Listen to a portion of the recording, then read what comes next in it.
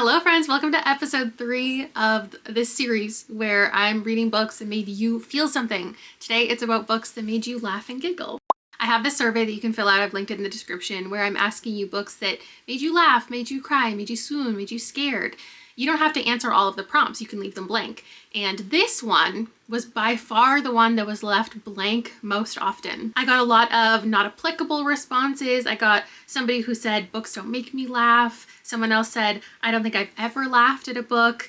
I just realized I don't read funny books. And I do relate somewhat, especially I would say like prior to 2 years ago, there were not very many books that I could list for you that made me laugh, but they've come into my life more and more lately. And I think I found my sense of humor a little bit. A couple books I can think of that made me laugh are Finley Donovan is Killing It, Nothing to See Here, The Husbands, Lights Out, all for very different reasons. Like sometimes it's just such a silly scenario that we're in that makes me laugh. Sometimes I'm just like shaking my head at the character because they're being ridiculous.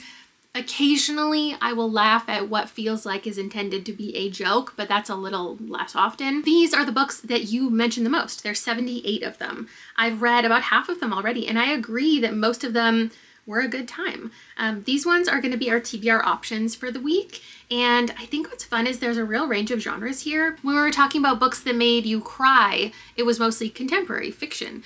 Books that made you swoon, it was mostly romance books. I'm assuming books that made you scared is mostly going to be horror. But this one, there's such a mix of genres, so I want to make sure that I touch on a lot of these things throughout the week. These are the ones that I'm most considering, and I have a good bunch of them ready to go already. Some of them already on my TBR shelf, some of them I got from the library. There's one here that I almost picked for this, but this actually got mentioned just as many times in the books that shocked you prompt, so I'm gonna save this for that because I already have so many options. I do have a lot of contemporary, but I also have fantasy, I have thriller, there's a short story collection. I think this is gonna be a really good time. Oh, and that list I put together was just fiction. There was actually a lot more nonfiction mentioned, and I don't laugh at nonfiction, so I wasn't considering any of those for my own TBR, but I will also show you a bunch of the nonfiction that was mentioned the most. And the Instagram story that I'm gonna put out right here is a mix of nonfiction. Like this is the most mentioned ones. It's just the first one that I showed you, the full screen, is just fiction because that's what I was considering. Does all of this make sense? Good. I'll see you when I start my first read. You good over there? I think I need a new tripod. Look at the thing right at the store that has tripods. I mean, you're also kind of bending shit in a weird way. No, but it's like too, you know how too loose. Yeah, I had to because it cracks. Yeah, I had to get rid of my old one or stop using it because it got too floppy. Yeah, like and now each this one's getting orb too. gets like a little crack and it doesn't have no friction to actually hold it. I think it's also because you play with it all the time. Well, don't get fidget toys as fucking... It's not a fidget toy, Yes, it's a tripod. You're sitting at the desk, I see you. Every time I see it. You know what I try and do? Is I try and get them perfectly straight. It's very difficult. Okay. Should we show them the tripod so they know what we're talking about? I don't have enough hands. Can you like bend it so they... Maybe I'll just give this to you. What happens is each one of these little things get a little micro crack and it has no more friction. So they just get floppy. I decided while I'm reading every book, the whole point Every book that's ever existed. Okay. The whole point of this vlog is to make me happy. Oh, good luck. Shut up! And to make me laugh and giggle. So while I read each book, I'm gonna do one thing that also is joy-filled and makes me happy. So today it's hanging out with my husband. We're gonna go buy electronics because I want a new webcam and I guess a new tripod. I guess spending money is what brings me joy. And then I'm gonna go try on some clothes. Ooh, I think I need one of these. Ooh, that's the brand new Brio. Oh my god, while I was in the change room, they were playing on Dance with Somebody. Such good vibes in Old Navy. Here's everything I tried on. This yellow dress is a little too big. It was in the clearance section. This yellow dress, though, I think it was prettier. I hope you think it's prettier. I bought it. I do not like how this green dress fit me. And then this was my favorite, but probably only because I also own it in white with blue stripes pretty much, but the straps were a little too big. I'll get over it. And that's all the footage I have at the mall because I'm not good at vlogging. You know, parking in direct sunlight, probably not my best move. I bought the webcam that I want. Hopefully it works and it's good. I really like Best Offer Wins. And I'm really glad that I picked it as a book club pick. And I'm glad that enough people mentioned it in their survey. Like, I think there was probably about 10 people who mentioned this, which was so surprising because it's a pretty new release. But there is always the chance that people were mentioning it because they want me to read it. And it wasn't just like the most authentic this is the funniest book I've ever read. It is one of those ones that is so ridiculous and over the top that you're kind of just like chuckling vaguely. It's not a laugh out loud trying to be funny and comedic kind of story. Margo is looking for the perfect house. She and her husband have some issues, it seems. I think we're going to come to find out they have even more, and I don't think that their marriage is going to survive this book, but we'll see. And because they've attempted to get a house 10 different times and have failed, they've been outbid. The housing crisis is real. When she hears about this house going on the market that she could possibly get in on before it goes on the market, she goes to the house, she sneaks into the backyard, she makes sure it's the perfect, she's looking in the windows, she's like, this kitchen is perfect, all of my dreams are going to come true. It's representing that feeling of like, my life is going to be perfect once this happens. You know, when you aren't fully living your life until you are trying to meet a milestone. So it's like, if I get married, then life will really start. If I lose weight, then I can really start my life. If I buy a house, if I have a baby, if I accomplish all of these goals, then I can finally live. That's how this feels to me. And she thinks that the house is going to be what fixes kind of her entire life. And so she really gets stuck on this one specific house. She finds her way into the lives of the people who own it.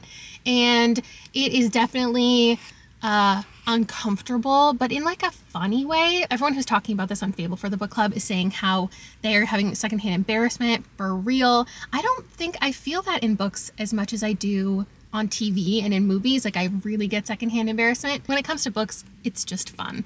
As long as, well, I was going to say as long as she doesn't go too far, but specifically, like, I'm sure people are going to die by the end of this, but when I mean too far, I mean like, there's a child in the book, and I could see her, because she shares an identity with this child, and I think that's how she's trying to get an in with these parents and try to find a way to convince them to sell her the house before it goes to market. It says there's no boundary she won't cross. I don't want her to really insert herself into the life of this young child, but I don't think the book is going to do that. I think we're on a totally different journey. And in fact, at like the halfway point, I feel like each storyline we've gotten introduced to has taken up a different amount of the book than I thought it would. It's like, oh, we need to go research this. And then it's like chapters and chapters of that. Meanwhile, there's this person she just met, and then we never hear from them again. So it's definitely keeping me on my toes. I haven't laughed out loud, but it's like a head shaking, this is so ridiculous kind of experience, which I love.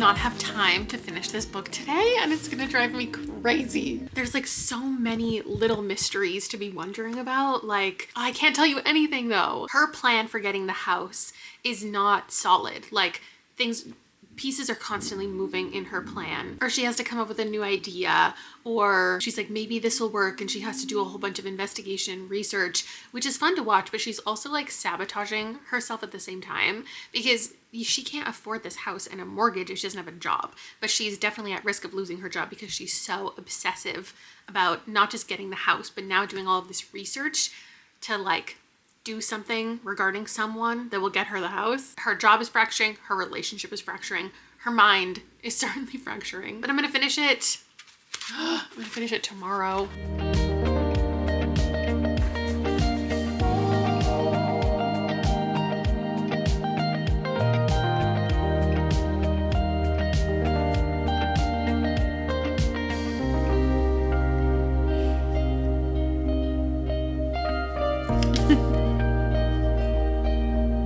This is so stupid.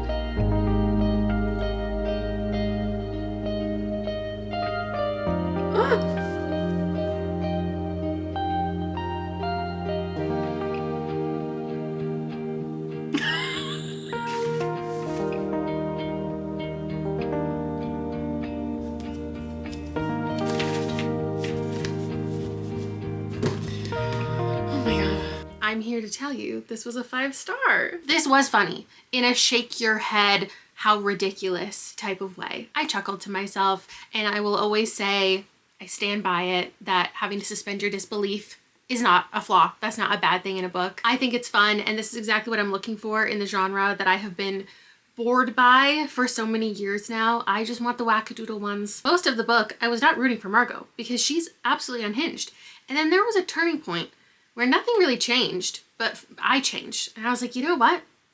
You go, girl. And it's a fictional book. Would I want her to do this in real life? Would I support my real friend if they came to me and said, hey, I'm thinking about doing this in order to get this house? I'd be like, don't ever talk to me again. Margo was a delight, and the plot went so many different places that I wasn't expecting. Actually, interestingly, I'm reading another Margo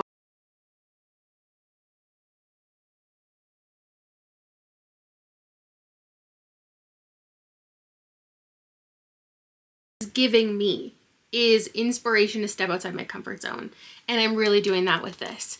This is about a pregnant 19-year-old, that was me, gonna turn 20 before she has her baby, me, and she gets she gets impregnated by her professor. That's not me. That didn't happen to me, promise. That is something I'm wildly uncomfortable with. And here's the thing, okay, sometimes when I talk about books, I felt this way, no one said this to me at all, but I feel myself saying it, and I feel like I'm contradicting myself, but I'm not. The thing about me is there are things I don't want to read, but that doesn't mean that in the end I will hate the book. I hope that makes sense. I feel like it makes sense. I don't want to read about a power imbalance between a student and teacher. Like, that is not something that I'm interested in. But I could still end up giving this 5 stars. Just because I don't want to be reading something doesn't mean it's not a book that I end up appreciating in the end. So like, there's a lot of things that I've said recently in videos. Like, I don't like stalking, and I don't like spies, and I don't like this and that and the other.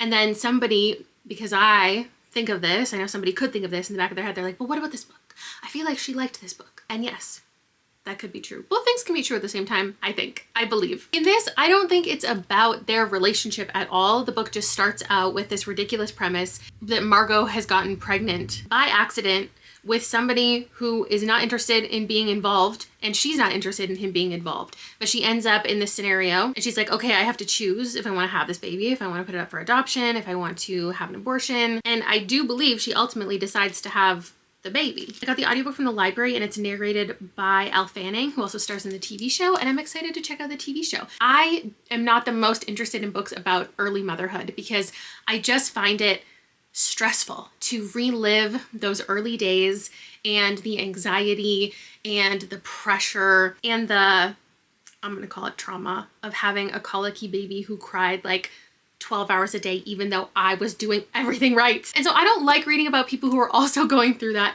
It stresses me out, but it doesn't mean that by the end of the book, I'm not gonna give it 5 stars. And I have no idea if this is gonna be about her just at pregnancy, if she's gonna have the baby, if, like, I have no idea what is gonna happen. But I read the first chapter and I laughed out loud listening to the audiobook, and I wish that I was filming myself. I didn't think I'd be laughing out loud in the first chapter. And I can't even remember how this was pitched to me. I think when I originally saw it being published, I just put it in this category in my mind of all of these covers where a woman is just exhausted, and that doesn't sound the most exciting, but apparently it's hilarious. When the guy came over to her apartment, her roommate just was very funny. But if I say how it was funny, you probably won't think it's funny. It's just this wacky feeling kind of dynamic that doesn't feel completely rooted in reality. Everyone is a little bit exaggerated in their characterization, which I think is fun. Obviously the theme is that she doesn't have enough money to raise this baby, so I think she takes on some weird jobs. I know that I read the synopsis recently, but I can't remember, and so I'm gonna be surprised by everything that she gets up to in here.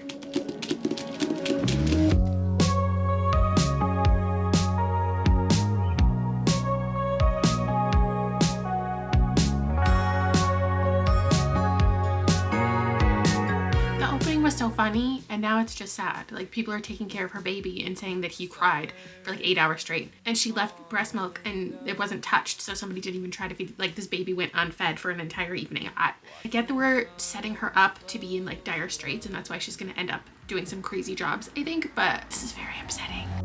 Cool air blows a memento as I fall behind. I'm so sorry for dreaming about the future. Maybe I'll be better when we're old enough.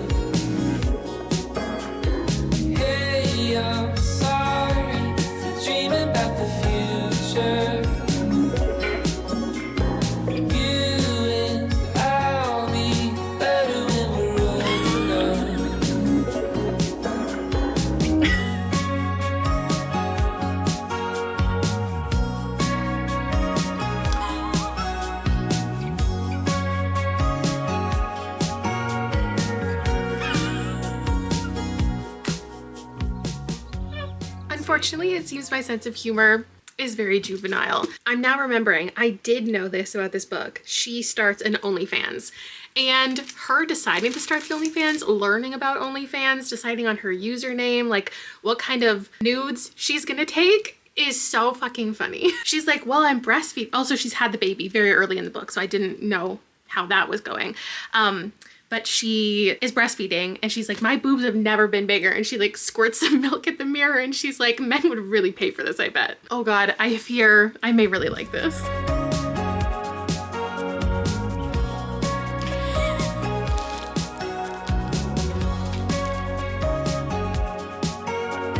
Quick update, this is going super well. I don't know how far I am from the end because I'm pretty much exclusively listening to the audiobook at this point. I think I have an hour left on the speed that I'm at, and then as soon as it's done, we're gonna watch the show. What I love most about this is the writing style, of course, because it's written in first person and third person, and she switches between the two. We have her in class talking about that and why, and I think it's this kind of distance. She needs to see herself as a character, and you'd think that that kind of implies that she's really affected and perhaps even like becomes traumatized by this career path that she's chosen. I really don't think that's the vibe of the book. I think this is supposed to be an empowering thing, and it's not really going to discuss too many potentially harmful elements or negative aspects to sex work in general. Of course, because I like books about jobs that explore careers, and she's talking about marketing, which I love, and she has this little group of people who are working together to create the content, and now I understand better how it could be translated into TV, because she's talking about creating characters and making her content more interesting, and with that they're making like TikToks, and so obviously not super adult content to drive people to the platform, and that's getting very nerdy and silly. I'm liking this so much more than I thought I would, but considering it's Kevin Wilson who blurbed it, and that is an author who wrote one of my favorite funny laugh out loud books, Nothing to See Here, should have trusted it. I finished Margo's Got Money Troubles like 4 days ago, and then I didn't update you because I didn't think I had anything else to say that I hadn't already said. So my very quick review is this was a 4.25. I really enjoyed this, definitely more than I thought I would, and it was funny. It was funny. You guys win. You guys can be trusted. It was just silly. We have such a heavy topic, and it did navigate some of that, but it was more so whimsical. It felt a little like surreal with its humor. And so then I watched the show. This is not shocking to anyone because this is just my whole personality is I don't like the things that other people like to watch. I did not like the show. So intense. Like there was so much arguing. There was so much heavy stuff. It was very slow. Obviously, because Margo's having a difficult time and this is a difficult period of her life and it's a difficult life to be living. The book just didn't handle it the same way. But I think the show makes sense, and I am absolutely a proponent for taking a piece of media and when you adapt it, turning it into something that works for that style, that platform, whatever I'm trying to say. And I think when you're watching a show about somebody getting pregnant unexpectedly and not having any money, there has to be a more melancholy feel to it. There has to be more like butting heads between characters, and it just was not my taste. The next book I'm reading is also not my taste. So this is the most shocking thing that's happened to me in this video so far. Not a laugh has been had. I have been very slowly working my way through this 3-hour audiobook. That's it, 3 hours for the last 4 days. I can't get into it. I don't like it. I think this is so incredibly boring. And before you type, because I know someone's gonna say, continue the series, it gets funnier. I will. I'm going to read. I'm going to listen to the second installment of the Emma Lyon series because perhaps after all of the setup, it gets funny. And it's not me just not laughing at something funny. Like the book did not try to tell a joke. There was nothing humorous that happened in the first book. We have a young woman whose parents died and left her a house. And because of the time period we're in and the situation we're in, she doesn't have full control over this house or her own life. And there are various family members who are controlling her life. And I think through the series, we see her, get more autonomy. This is like Anne of Green Gables. And I was thinking it was going to be like Georgia Nicholson meets, I don't know, like Veronica Speedwell. I thought it was going to be snarky. I thought it was going to be funny. I thought it was going to be like laugh out loud, joke, because we're reading a girl's journal entries, which is exactly what that is. And the way that people talk about the series and that like there's so many installments and it's so fast moving and like it'll just make you laugh. Like I just thought this is what I was getting into, but it's so much more simplistic. It's not what I was hoping for at all. But I think the subject matter is interesting to navigate. I just don't see what you guys are seeing as far as funniness, but maybe that is the series as a whole, and we have to explain a lot of things in this first book. So I have like 25% left in this audiobook. I'm gonna wrap it up and then I'm gonna get into the second one, and then I'll just let you know how I feel about it as a whole and if I am continuing. I want to be convinced. My mind is open. I just don't see what you guys see in this. Hello, hello. You'll be happy to know I've changed my tune. Sometimes, of course, it's detrimental to me as a person creating content to be thinking about what the audience is going to say and the comments that are going to come in, and it can affect the things that I do in a negative way. But sometimes when I can predict what's about to come, I make good decisions. And I just knew all of you would tell me you have to continue. But that's what everyone tells me anytime I don't like the first book in a series. I'm glad I decided to take your advice that you hadn't yet given. I read the second installment, and while I still don't think it's funny, I gave it 4 stars. I don't really know. I kind of feel like I should retroactively give the first one a 3 when in my mind it was a 2.5. I do recognize she has her own wit, and I think that's the word a lot of people use in their reviews, but I don't think it's to us. And so I don't think it's fun and funny and witty, but I recognize she has a certain wit to her when she's speaking to other people. I still want it to be like to the reader, very like funny and cheeky, but I'm liking it. Okay, I'm liking it. I do think there's too many male characters, and I want it to establish who, and if I'm supposed to be rooting for a man, if this is supposed to turn into a romance, I want to know who that man is going to be with at the end so I can fully lock in on him, because there's like too many moving parts and moving pieces. And because I couldn't get a physical copy of this anywhere, I have to rely on the audiobook. And also, the only reason I absolutely had to continue was because I bought the first 5 audiobooks in the series when Libro FM was having a sale last week, because they were only $2 or $3 for each one. And because I'm just listening and I have it on a low speed, I just feel like there's so many characters and all the men kind of seem the same to me. It's not even in personality. I don't know if it's look, it's not in like status, but maybe because I'm listening, I'm just not fully taking in who's who and what's what and who Emma really cares about and who she's going to end up with, and if that's something I'm even supposed to care about. But in the second installment, Emma is renting out part of the house. She's very determined to find ways to make money, and she's being advised to take all of these different opportunities to create a little safety nest for herself. Safety net, but also a nest of savings. And so there's this tenant, and he's on the other side of the wall from her, basically. And not basically, he is. And they're sending notes through the wall to each other, which is just very sweet. And they share a cat through the walls because the cat is good at catching mice, and so it's like they have this custody arrangement with this cat, and he is kind of not teaching her, but there's this idea that he will help her with men and potential suitors, because there's these many bachelors that could potentially be for her. She also has a friend who is entertaining various bachelors, and so there's that storyline, and then there's this Duke.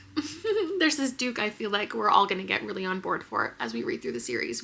I'm one person. But then she also has this like childhood nemesis who I really like the way she talks about him. And I do like the way that she's writing the journals. Like, it always feels like a journal. Sometimes when you're reading books that are written as journals, the author forgets that it's a journal. And especially as a series goes on, we really drop that idea. And something Veronica Speedwell does really well that I bring up all the time is the little quips that we get while we're reading, where she's like, and Stoker started looking over my shoulder and saying this. Sometimes when you're reading a journal, it's as if the character is in the moment writing the journal. And sometimes that works and sometimes that doesn't. Georgia Nicholson is one that is in the moment. It's like we're there with her, but we're understanding her as if she's writing the journal while someone's talking to her. But in Emma Lyon, she is clearly reflecting on things. And I like how it's reminding us of the journal constantly, because she'll say, I don't fully remember this conversation, or he said something like this. Rather than just verbatim dialogue, she starts an entry with like, I'm gonna recall a couple phrases that were said over tea today. And I think that's fun. So even though we're still at the bottom here. I feel good about it. And I feel like this is the kind of book series that I could be like kicking my feet over later. And I want to look at spoilers for the rest of the series. Like I want to know if there is a man who's going to be the guy, or if it's going to be multiple suitors, or if that's not even the point. Like if she doesn't end up with anybody, which is fine. I just want to know. Anyway, I'm having a more delightful time, and that's how I would call this. I wouldn't call it funny. I would call it delightful. Aren't you so happy for me? Unless of course you hate the series and you're somebody who you feel like got duped over everyone else talking about how good it is and you wanted me to commiserate with you. Sorry, I cannot. I'm having a good time. Catch me reading the next like 5 books next month. What's funny about She's Always Hungry is how I got introduced to it. So there was this video series I was doing last year where my channel besties, my members, submitted their favorite books onto this spreadsheet. And then I did a video where I looked at all of their favorites except for their number 1, and I guessed what their number 1 would be based on everything else. And there was 2 different people back to back who listed She's Always Hungry as a favorite in their top 10 books of the entire year. And I was like, oh wow, this is showing up so much on my bestie spreadsheet. Like everyone is loving this. I have to know what this is. Turns out on further reflection and actually like searching within the spreadsheet, it was only on the spreadsheet twice. And I just so happened to come across the 2 people who had listed it. So this isn't in fact everyone's like favorite book of the year and something I really needed to pay attention to, but definitely wanted to pay attention to because it was listed, I think, if I'm remembering, in and amongst books that I loved. So I've been intrigued by it since. And when people mentioned it as being funny, I was really surprised. And I kind of feel like this is probably going to be like, oh, what was that book I read? I can't remember at all. No, I don't remember what it's called. This book. Here, it's on the screen. And everyone said, oh my God, this is the saddest book. It's going to make you cry. When in fact, it's a collection of stories. And I think there was 2 maybe of the, I think 4 that were in there that were really sad. The other 2 were just like interesting, moving, whatever, but not cry, sob worthy. And because of the content in here, I think that this is technically horror, but I imagine there's like 1 or 2 things in here that people are mentioning as far as laugh inducing, because the first 3 were not for me. We had Build a Body Like Mine in a collection that is about hunger. We obviously, I think, have to encounter disordered eating at some point. And so that very first story did that right out of the gate. It kind of talked about the lengths that people will go to be thin, but also the lengths that people will go to appear stable to others. And then the second story I liked a little bit more. It was called The Problem Solver. This, I think, was talking a lot about violence. The overall theme is hunger, people who are desperate, they have a desperate desire, can any of them be sated? And I think it was an interesting one about like revenge against somebody who had done something bad, but it was also, I think, talking about how people, even if it's for good, crave violence, especially men. And so this person with good intentions wanted to avenge their friend's horrific experience, but in turn just like wanted so badly to be violent in his own right. And this was like a positive way to do it. I thought it was really interesting. Now that I'm talking about it, maybe it was more like a 5. The third one, the titular story, She's Always Hungry, I didn't really vibe with that much. But then I got in the vehicle and I drove because I had to pick up Liam, and I listened. I was like, oh, I'll pop on the Spotify audiobook because I will always talk about how Spotify, I think I talk about it so much because I don't want them to ever change it. And I feel like there are so many people who are negative about it because they want it to just run like every other audiobook app, which I don't understand because you could just use a different one. But they just offer hours rather than books. It's just life-changing for me because I just want to listen to one story and I don't have to buy the entire audiobook. And this, I think maybe because I was listening to it and I got all of the characters' accents, it was so funny. And so I wonder if this is the funny one. It was just a bunch of reviews for this restaurant that is chaotic. It's like whenever you order, you don't actually get what you want, and every time you order, it's actually something different, and like they show up at your house really quickly. It just felt so silly and a little experimental thing to add into here. So I wonder if that is the one in here that is gonna make me laugh, and that's it. And now at this point, I do think maybe because the narrators are doing really good voices and inflections and whatever, I should probably continue listening rather than looking. I finished my book. Are you proud of me? I definitely was not laughing out loud, but I thought that some of the stories, I would say half of the story, a little under half of the stories were a little like tongue-in-cheek funny, and the other half I gave 3 stars, and they were just kind of okay. There was one that really reminded me of We Spread by Sarah Gailey. There was a couple that felt a lot more sci-fi than what I was expecting from the collection. So that was fun. There was a couple that felt like, you know, those like coming of age horror books, those kind of ones where the vibes are intense, but nothing overtly scary is necessarily happening. My favorites, after the one I already told you about, were Goth Girlfriend, which makes sense because it's a workplace one. And it was really stupid. Like, it was really quite stupid. This person became enamored with a coworker and kind of envisioned her in this certain way in their mind, hungered to be dominated. And then I also gave a 5-star. Oh, there was a lot of 3s back to back. 5-star to The King.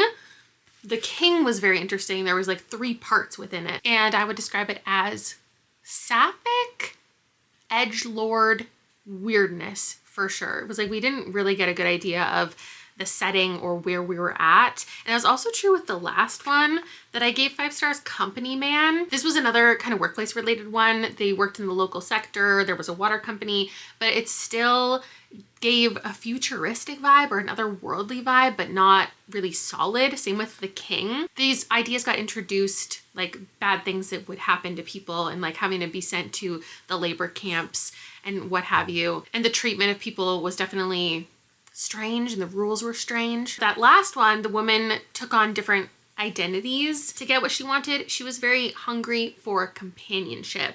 And I like how it ended because there was a little bit of a hey, reveal, twist moment. The ones that I found funny were like this kind of funny. Oh my God. So I don't know what I would call that on the scale, but I had a good time with this. It was more in line with a lot of the speculative short story collections that I like, more than the horror collections that I like. Maybe, in fact, after all these years of people telling me I need to read boy parts, perhaps I shall.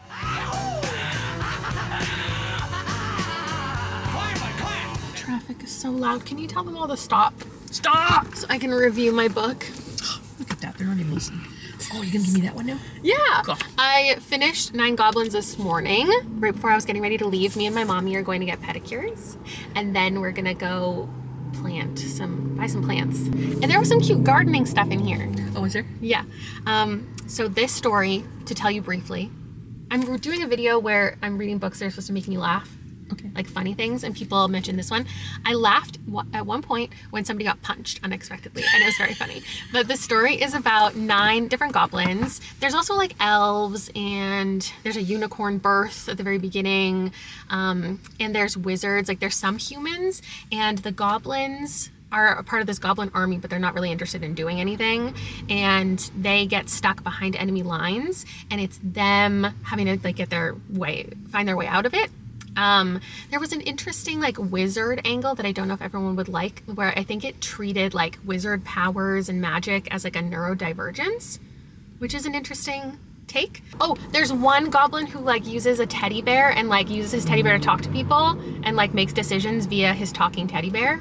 And that was really cute. So I would say it was more whimsical than funny. Like it's not capital F funny, but I did have a good time reading it. And I think you will like it. I gave it 4 stars. Oh my, I miss the sun. Just wait, it won't be too long till we arrive the coming day. Please ignore my restless face, 'cause it's so hard to keep it all together ever since we left. I guess it just makes sense to what the reasoning was when I said, in case I go, no need to be stressed, gotta take it home, 'cause there I really miss the shade of blue. I totally forgot I'm supposed to be telling you the thing that I did every day that brings me joy. Today it's going to be taking pictures of bookmarks for my mommy's bookmark business. It's been a minute since we restocked, so check out the Etsy page if you want one. That's why we had the montage of gardening, or it's not gardening, what do you call it, like rehoming flowers. Also this week I watched a lot of hockey. I watched Liam play a lot of baseball. That's been good. That's been fun.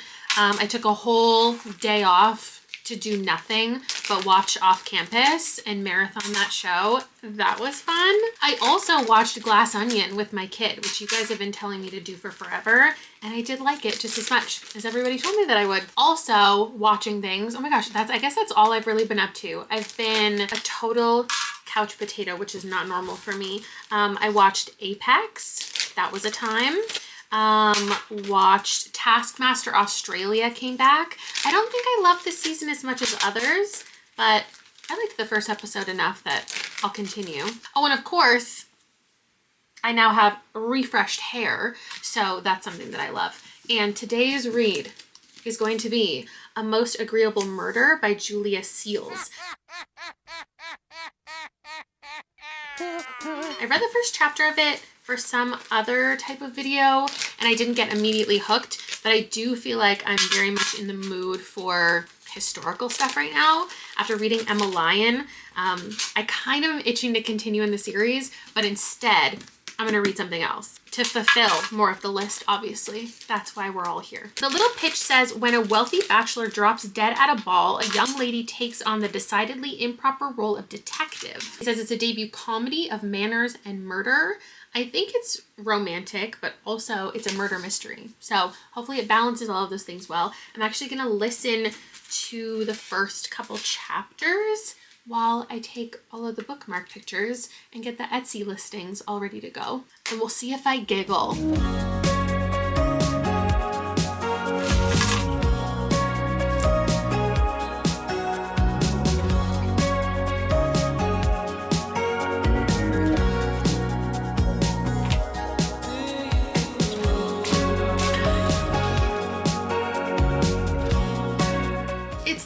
Somethings. We're learning about this family. There's 3 sisters. They all have the responsibility to create heirs, to get married, to like the perfect gentleman. But it feels a little like aware of society and kind of exaggerating it a little bit. Like there's this family they just learned about.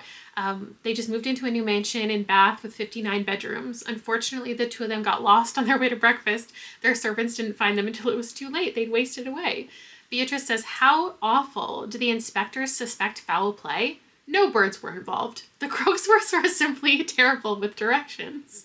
It feels very Featherington family from Bridgerton. There's this man related to the family who's going to take all of their possessions and be in charge of the family unless the girls can get married and produce an heir. We don't like him, obviously, and all the 3 sisters are quite different and have their own flaws and skills. Beatrice's is that she is obsessed with like true crime, and there's these 2 detectives who are at odds, it seems, and she likes one more than the other, and I think the love story is with like the other guy, so it's a little kind of hate to love vibe. But they have this book that they have to refer to, this saying like what ladies are and aren't allowed to do, and of course Beatrice will be socially exiled if people find out that she is interested in death and crime solving.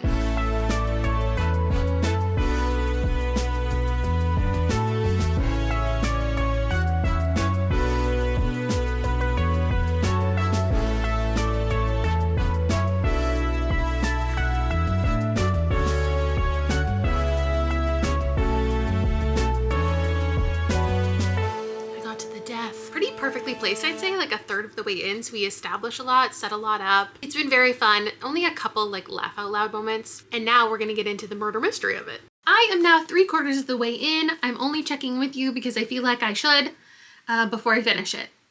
I think this book is good. I think I'm probably going to give it a high 3 or a 4. I'm really interested in the mystery. The mystery definitely has taken over more of the plot than I was expecting, but I like following along because I want to see if what I think is true turns out to be what is happening. I like that there are some different suitors. I like all of the family dynamics. I like the time period. I have not laughed since that first like 5 chapters. It's now obviously more serious. And I think there are some moments that are meant to be a little tongue-in-cheek and fun still, but I'm not finding it laugh out loud hilarious. And I'm sad for myself. I'm disappointed in my lack of a sense of humor. But I really like Beatrice. And I don't actually know if this is a standalone or if there's a whole series, but I would imagine she becomes a detective after this and solves all sorts of crimes. Or perhaps because the sisters are also really vivid, like they could each get their own book. I don't know, I should probably look into that. I will once I come back and tell you my final rating. Okay. I liked it. I didn't love it. I thought it would be like a 3.75. I think I'm giving it a 3.5. I think I have to be a little more specific because especially the final third of this, I liked the least, even though I did like the murder mystery of it and getting the answers and putting all the clues together. Like that was a really good moment. Some of the jokes didn't really land for me. And there was this section of it, or a person, specifically a moment, multiple moments where there was rhyming. And I hated it. I hated that a lot. It just felt really stupid. And it's like kind of a parody book, which is fun, but it's also not at the same time. Like the murder mystery is a true murder mystery and we get all of the classic conventions of the genre. There were count them, two lengthy villainous monologues where people explained for many pages why they did what they did and how they accomplished it and what they wanted to get out of it and how they didn't think they'd ever be caught. But it was also delightful. It was nice. I liked all of the family stuff that I told you about. And there is, in fact, a sequel that came out in 2025, just following Beatrice. And I think solving more things, maybe getting closer to making the series romantic. I don't know if it's continuing or what. There was no romance. There wasn't romance, but there was like arms brushing each other and feeling things. And I like that the sisters also have like little moments within the book. Like we're even reading journal entries from Mary, which is fun. I think if you're a huge fan of Regency books or a huge fan of like the books that this is a parody of, maybe you wouldn't quite enjoy it. You might think it's like a little too stupid with all of like the quotes from Pride and Prejudice that it's taking and rewriting. Like it does feel like a spoof a lot of the time. I don't have any feelings towards Pride and Prejudice. It's kind of just whatever to me. So I didn't feel anything towards that element. I wouldn't put this on a list of books that made me laugh the most, but I can understand it being on your list. And I'll see you when I'm reading my next one. They're coming to take me away, haha. They're coming to take me away, ho ho, hee hee, haha, to the happy home. I'm reading my final book. Before I tell you all about it, I want to tell you that I also tried out a whole bunch of other books. I thought I would be in the mood for something romantic, and I know that there are so many people, just like in every video when there's so many options for me to read, people are going to say, oh, I wish you had read this one. I wish you got to this one. But I think I'm going to wrap it up here because this book is going really well. But I did try out Boyfriend Material and 10 Things That Haven't Happened, or whatever that's called. And I really want to read an Alexis Hall. There was also an option for one of their books in the Swoon-worthy video, and I just can't get into the writing. But maybe it's also because I don't really want to read anything romantic, because I also tried You Deserve Each Other, really was not into that and those characters in this moment. Also the Wisteria Ladies book series, I was sure I was going to read that in this video. I'm just not vibing with it. I tried out The Idiot. I tried out Little Thieves, which I know so many people are going to tell me to read. It just doesn't seem like something I'm going to like, so I was waiting for that first chapter to do it for me, and it just didn't. I tried out Tourist Season. I tried out The Guncle.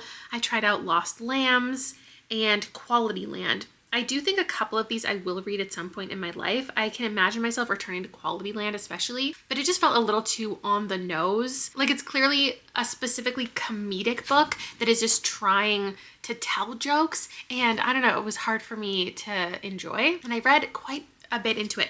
This one is exactly what I needed. Fundamentally, this is satire, and it reminds me so much of reading Jamila Green a couple years ago. This was a 5-star favorite, and this is very similar in tone. This was written by Nusaiba Yunus. She's an Iraqi Pakistani author from the UK. She's done a lot of like policy work within Iraqi governance, doing mediation with violent extremism, which is exactly what Nadia, our main character, is up to. Nadia ends up in Baghdad. She is working within the UN to de-radicalize ISIS brides. She ends up in this work not naively, but like impulsively and inexperienced. I feel like a lot of people would not like reading from this character's perspective, who doesn't take a lot of things seriously. She supports a lot of the social activism, but also has a very limited scope of who these women are and her own role to play within it. And I feel like that's kind of a lot of the characters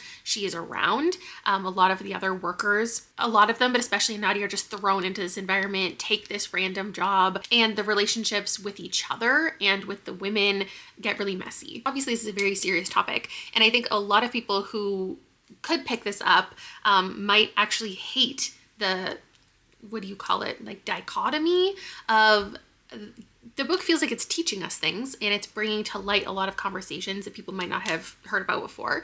But also it's wacky and it's silly and it's very sexual. Nadia has a very different relationship with her body, her sexuality, just her existence than from like her parents and what Faith would say. We get these sexual exploits, and we even get her reflecting on time as a teenager, when she, you know, discovered her interests and her body. Her mom was mad that she was reading a magazine with Pacey from Dawson's Creek on the cover, and I feel like I can picture that literal magazine cover in my head if it's a real reference. She was like, "How are you reading this filth?" And in Nadia's head, she was like, "I'm not reading it, I'm looking at it," while holding an electric toothbrush against my clit. In current day, she's putting together this rehabilitation group program. She and the other workers have grandiose visions of what their impact's going to be, a savior-like mentality. I think they think that they know everything about who these women are, the Iraqi women versus the foreign women, who's a victim,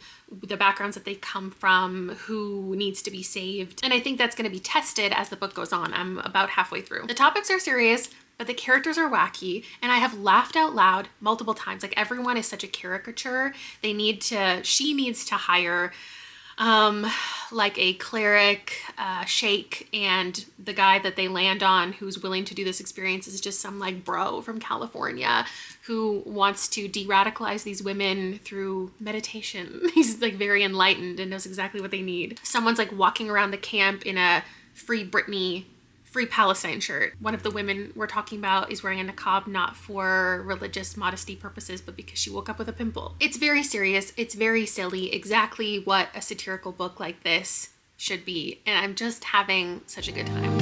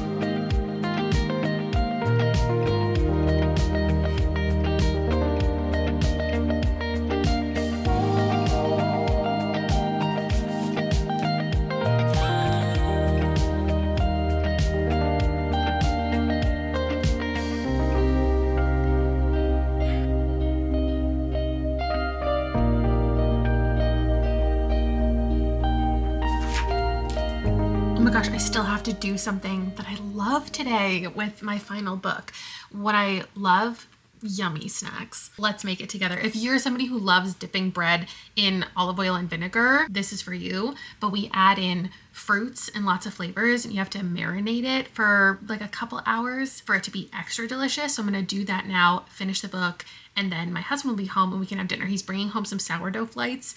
There's this incredible bakery I showed you a couple months ago who makes these little loaves, and she sells 4 of them, different flavors every month. So it fulfills my like crumble desire where there's different flavors and things to vote on. Before he comes home with that and we eat this for dinner, I have to let it all sit. So it's got the olive oil, it's got the vinegar, but then we're also adding honey, shallots, garlic, lemon zest, and then a bunch of herbs. So you can kind of do whatever you want, always basil, and then you can do oregano, you can do thyme. I love dill. Dill is my favorite. Salt and pepper. And then we're adding in tomatoes, whatever kind of tomatoes you want. I have these rainbow cherry tomatoes that are about to go bad. And then it's peach and cherry season. Sometimes if I'm craving this in the wintertime, I'll do frozen, but I don't think I've had this in like a year. And again, you can kind of add whatever you want, but the tomatoes, the peaches, and the cherries are what Half Baked Harvest has in hers. And then right before you serve it, you add in your roasted pumpkin seeds. And we're also gonna do room temperature burrata on top. And if you want, serve it with prosciutto and arugula. Because like sometimes people like to make it into more of a sandwich. And you could also just make this as a salad with, you know, an eighth of the oil and vinegar. This is meant to be more of a dip. And I got my sourdough. I said before, I don't even love bread like that. But when I'm occasionally craving it, it's all about sourdough. This is a cheddar dill. This one's a pretzel. And this one's a roasted garlic, basil, and parmesan. That one is gonna go super well. I didn't get the fourth flavor because it was a cranberry, which would have been good with this, but I don't love cranberry. So I just ended up getting an extra cheddar dill. But when you have to serve it in a big wide bowl, because everything tastes better in a big wide bowl. Scoop it up and life is good. And my final rating for Fundamentally is, of course, gonna be a 5.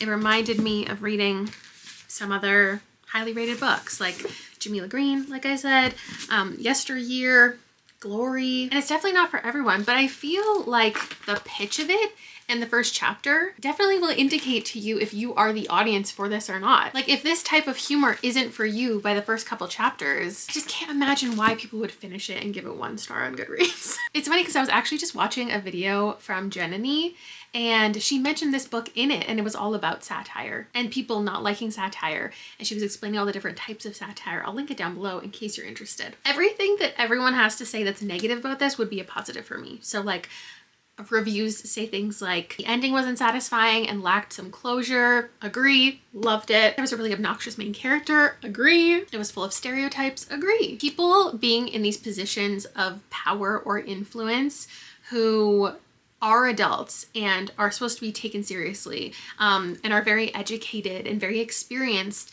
behaving like children and acting like idiots. I'm sorry, but that is real. That is not the most exaggerated representation in here. The laughter was, how far is she gonna go? It's like a shocking type of humor. And I just love seeing women taking their own personal experiences and turning into a wackadoodle story. And I'm so glad I finished with this because all of the funny things that I read, they're really exploring so many different things, different types of humor. I feel like I hit so many different elements of books that made you laugh. I definitely could have gone further, read more things. I could have made every single one of these episodes like a month-long series where I read like 20 to 30 things. But that's it for me today, and the next one is going to be books that shocked you, I think. So there's still time to go add your answers to the survey if you haven't already done that. And I have a very interesting list in TBR going. So thank you so much for watching. If you want everyone else to know your favorites, like put it in the comments below of what made you laugh. Would love to hear it. Bye!